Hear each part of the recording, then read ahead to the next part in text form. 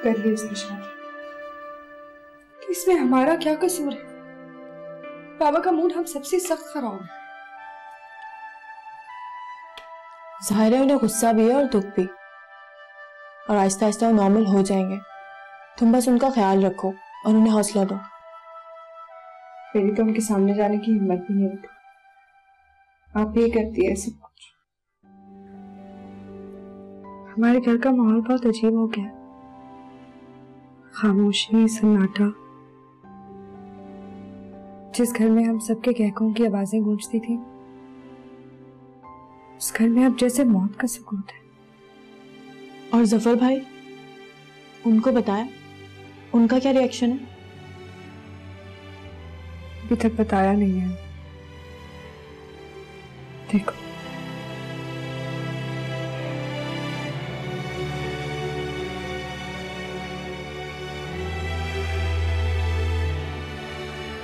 होना क्या है? अब तुम जाओ। इससे मेरे दिमाग में एक आइडिया आ रहा है, क्यों ना मैं भी तुम्हारे साथ चलूं? अब अरे नहीं यार, तुम क्या करोगी? मैं सिर्फ एक दिन के लिए तो जा रहा हूं। क्या करूंगी? क्या मतलब? अम्मी की तबीयत भी ठीक नहीं है और मैं उनसे मिल भी लूंगी। क्या तुम मुझे उनसे मिलवाओगे नहीं? हमारी छुट्टियां भी तो है ना।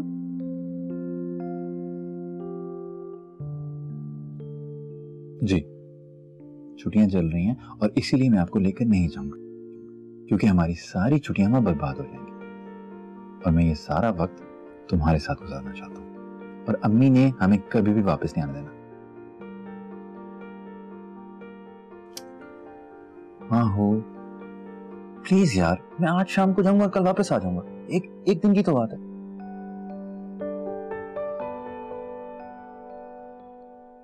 ठीक है, जाओ अकेले। अच्छा, एक बात तो बताओ, अकेली रह लोगी, डर तो नहीं लगेगा अनवर के घर छोड़ो? मैं बच्ची नहीं हूं, और वैसे भी ये सब चलता ही रहेगा। हो जाऊंगी आदी, तुम जाओ। बच्ची तो आप नहीं।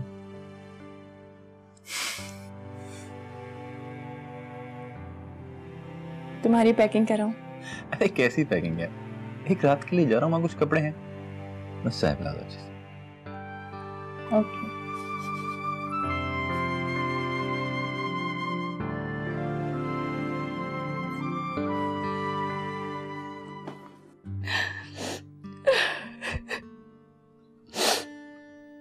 मैं तो उनको बताते हुए इतनी शर्मिंदा हो रही थी, ऐसे लग रहा था जैसे मैं मर ही जाऊंगी। अम्मी बस करें ना, अगर बाबा को पता चल गया तो नाराज हो जाएंगे। बाबा ये कैसे कह सकते हैं कि हम बाजी की कभी बात भी ना करें, उनसे मिले भी ना, उन्हें याद भी ना करें? ऐसा कैसे हो सकता है? अब हमें यही दुआ करनी चाहिए कि वो जहां भी रहें खुश रहें। बेटा, मैं तो माँ हूं बेटा, मेरे दिल से तो तुम सबके लिए दुआएं ही निकलती हैं। अच्छा ना, आप बस कर, बस कर, चुप हो जा।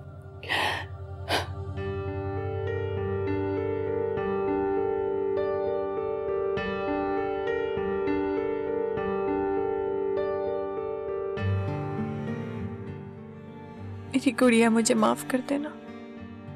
मैं जानती हूँ कि मैंने तुम सबका दिल दुखाया, लेकिन मैं मजबूर थी। मैंने जिंदगी में अगर तुम लोगों के बाद किसी को चाहा तो वो सिर्फ साजिद है। साजिद के बगैर मेरी जिंदगी बिल्कुल अधूरी है। लेकिन मैं आऊंगी तुम सबसे माफी मांगने, और मुझे यकीन है, मेरा दिल कहता है कि तुम लोग सब मुझे माफ कर दोगे। करोगे ना? अगर बाजी आके हमसे माफी मांगे तो क्या हम उन्हें माफ कर देंगे?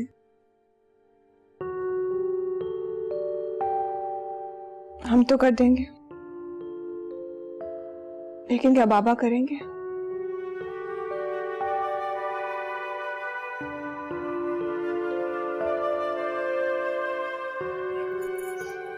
ये देखो, मैंने बाजी की चूड़ियां संभाल कर रखी हैं।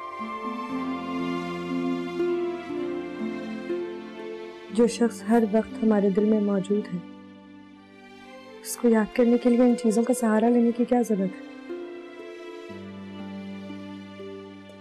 उनका प्यार, उनके साथ गुजारा एक एक लम्हा उनको याद रखने के लिए काफी है। मुझे तो उनकी इस तकिया में से भी खुशबू आती है। तुम्हें पता है, रात को मुझे ऐसा लग रहा था कि बाजी मेरे साथ ही सो रही है। मुझे उनकी खुशबू आ रही थी। मैं आज ये तकिया बाबा के तकिए के साथ रख दूंगी, शायद उन्हें भी बाजी की खुशबू आए और बस एक दफा वो दिल में कह दें कि मैंने उसे माफ किया। बस करो, कुछ बातें अल्लाह और उसके बंदे के बीच की होती हैं, वो दिलों का हाल बेहतर जानता है। अगर हो सकता है बाबा ये सब कुछ गुस्से में कह रहे,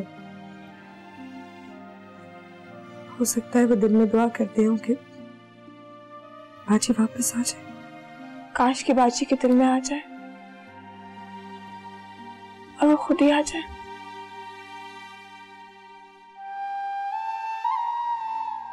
बेटा, तुम्हारे बाप ने हमेशा उनके दुख दर्द में उनका साथ दिया है, उनकी हमेशा इज्जत की है और उन लोगों ने भी हमारे साथ ऐसा ही सलूक रवा रखा है। अब क्या आप उनका हम तमाशा देखेंगे? सफर, बात को समझने की कोशिश करो। वो मेरे लिए सफ्तर भाई की तरह है और उनकी औलाद हम सबको बहुत प्यारी है। अगर एक ने गलती की है तो क्या उसकी सजा दूसरे को दे? आदर्श बहुत अच्छी लड़की है। मैं अम्मी के मुंह से ये बात सुन सुन के थक गया हूं पप्पू, मगर मैं आयशा, इसको समझाने की अब कोई जरूरत नहीं है। जो इसका जी में आए वो करे। अब मैं इससे शादी करने को भी नहीं कहूंगी।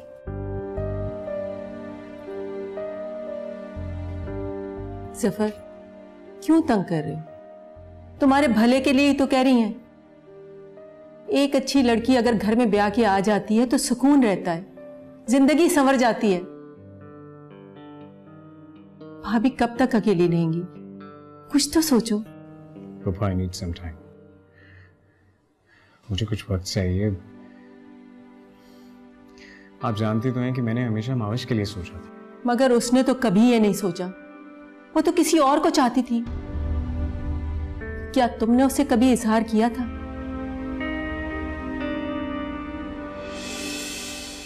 कभी कभी जिंदगी कितनी आसान हो जाती, लगता है जैसे हर चीज हमारी पहुंच में, बस हाथ बढ़ाओ और उसे हासिल कर लो। ये हमारी खुशफहमी भी तो हो सकती है। कभी कभी चीजें नजदीक जरूर नजर आ रही होती हैं, मगर होती पहुंच से दूर है, जैसे आसमान, चांद, सूरज। या अल्लाह, वो चीजें तो नजदीक नजर भी नहीं आती। हाँ, उन तक पहुंचने के लिए सीढ़ी की जरूरत जरूर पड़ती, और सीढ़ी तो लगाई जा सकती है। अब अगर सीढ़ी लगा के भी इंसान के वो चीज हाथ ना लगे तो सारी जिंदगी वो इंसान उस चीज के लिए तरसता रहता है। तुम्हारा मसला क्या है? तुम कभी दोस्तों की तरह बात नहीं कर सकती? हमेशा लड़ना ही होता है। देखो, तुम्हारी मेरी दोस्ती कभी नहीं रही, तो फिर आज कैसे हो सकती है? तुम्हारी फजूल बातें आदर्शी बर्दाश्त करती आई है, तो उसी को सुनाया करो। ओके?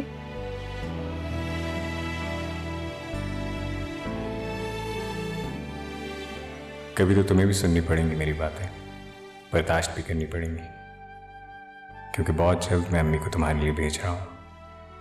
फिर देखता हूं।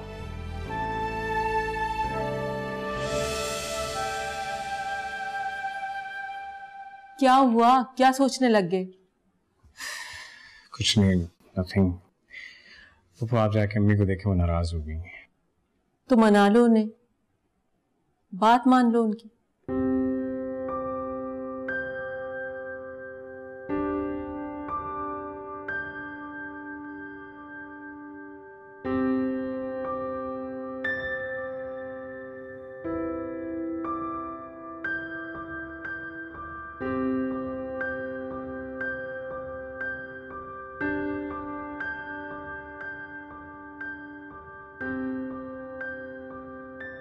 बाबा क्या हुआ? आपको तो बुखार है और आपने बताया भी नहीं। चले मेरे साथ, डॉक्टर के पास चलते हैं। उठे। दवा ली है बेटा, ठीक हो जाऊंगा। तुम्हारा बहुत शुक्रिया बेटा, तुमने मेरा बहुत ख्याल रखा। कैसी बातें कर रहे हैं? आपकी यही बातें हमें तकलीफ देती हैं। सॉरी बेटा, अगर मेरी किसी बात से तुम्हें तकलीफ हुई हो तो।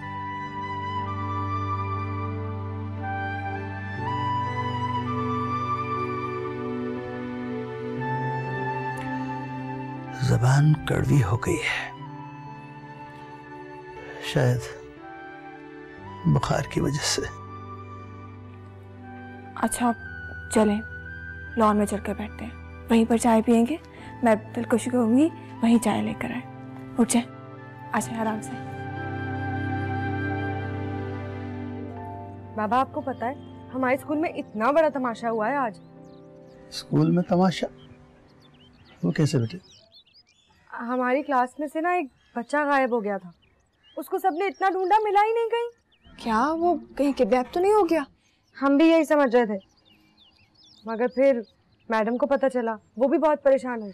और पता है उसका बैग क्लासरूम में ही था। अच्छा, कितना बड़ा बच्चा था? प्रेप का, 4 साल का होगा। अम्मी आपको पता है जब मैडम को पता चला तो फिर उन्होंने सोचा उसके पेरेंट्स को इन्फॉर्म करते हैं। फिर उन्हें याद आया कि चौकीदार के कमरे में ऊपर एक वॉशरूम है। आपको पता है वो बच्चा वहां नहा रहा था। क्या? वो बच्चा बहुत ज़हीन था, उसके घर में पानी नहीं आता होगा, उसने सोचा यही मुनासिब मौका है, यही नहा लूं। बच्चे बहुत मासूम होते हैं बेटा, उन्हें क्या पता कि बड़े कैसी कैसी परेशानियों में मुब्तला होते रहते हैं। अरे शफकत, आपको याद है जब आदर्श छोटी सी थी, टेबल के नीचे ही सो गई थी। पूरे घर में ढूंढ लिया था मैंने इसे, कितनी परेशान हुई थी मैं। हाँ, सारा दिन ढूंढते रहे उसे। और एक दिन सरमद और महविश भी तो निकल गए थे कहीं।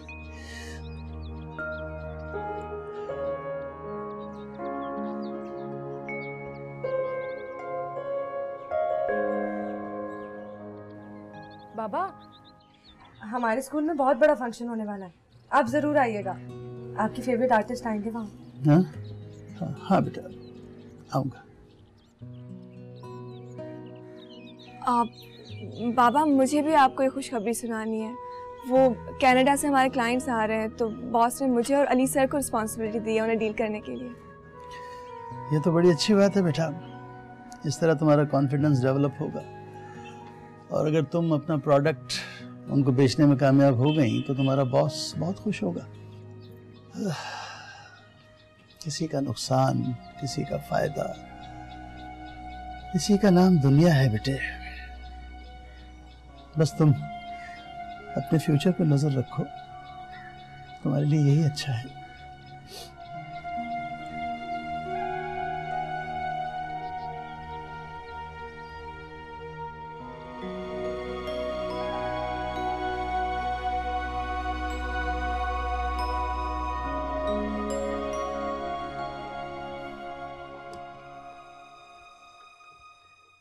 क्या हो गया अम्मी? चलें खाना खाएं। मुझे खाना नहीं खाना। क्यों नहीं खाना? बस नहीं खाना, भूख नहीं है मुझे, तुम खा लो। कभी कभी बिल्कुल बच्चों की तरह जिद करती हैं। अच्छा चलें, मैं हारा, आप जीते। तुम आदर से शादी कर लोगे? मैंने ये तो नहीं कहा, मेरे कहने का मतलब है कि आप खाना नहीं खा रही तो ना खाएं, मैं खा लेता हूँ। हाँ तो खा लो, जाओ। चलिए ठीक है फिर, मैं अकेले ही अंकल के घर चला जाता हूँ और उन्हें जाके बता देता हूँ कि अम्मी तो राजी नहीं हो रही, लेकिन मैं आदर्श से शादी करने के लिए राजी हूँ। कब आऊँ सेरा बांध?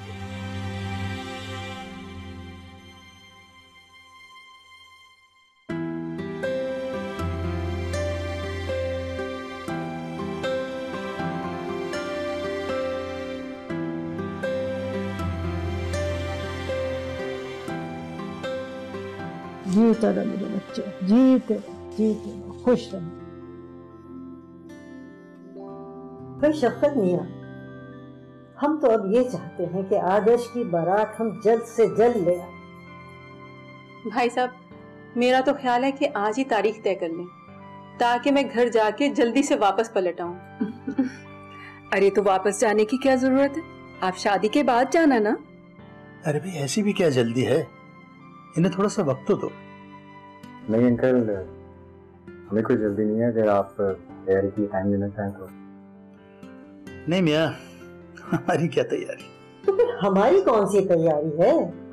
तुमने सुना नहीं कि लड़के की बरी बाजार में खड़ी, तो हम तो 1 मिनट में तैयार हो जाएंगे, तुम हामी तो भरो।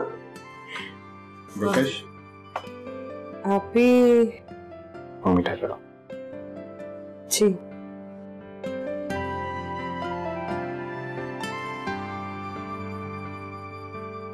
देखो बेटा, तुम्हारे दुख का हमें बहुत अच्छी तरह से एहसास है, लेकिन शफकत मियां की खुशी भी तो देखो।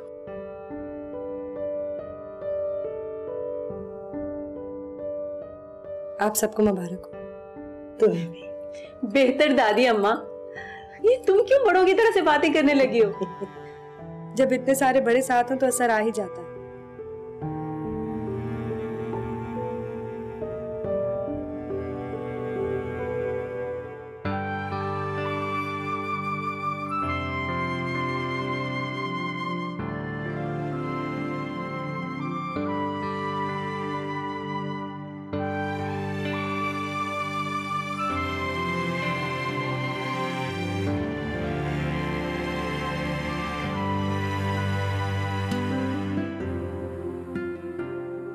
दूसरों की मजबूरी से फायदा उठाना दुनिया की रीत बन गई है।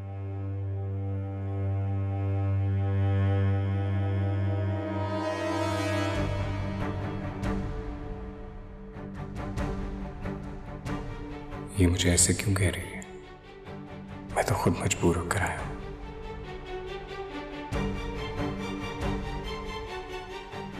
मुझे कुछ समझ ही नहीं आया मैं क्या करूं।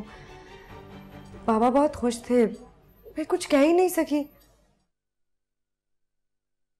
कुछ कहने की जरूरत नहीं है। बाबा जहां चाहेंगे, जिससे चाहेंगे, मैं शादी कर लूंगी। कुछ नहीं कहूंगी। और तुम्हारी जॉब? क्या फर्क पड़ता है? लेकिन अगर मैंने इनकार किया ना तो मम्मा पापा बर्दाश्त नहीं कर पाएंगे और मैं उन्हें तकलीफ में नहीं देख सकती।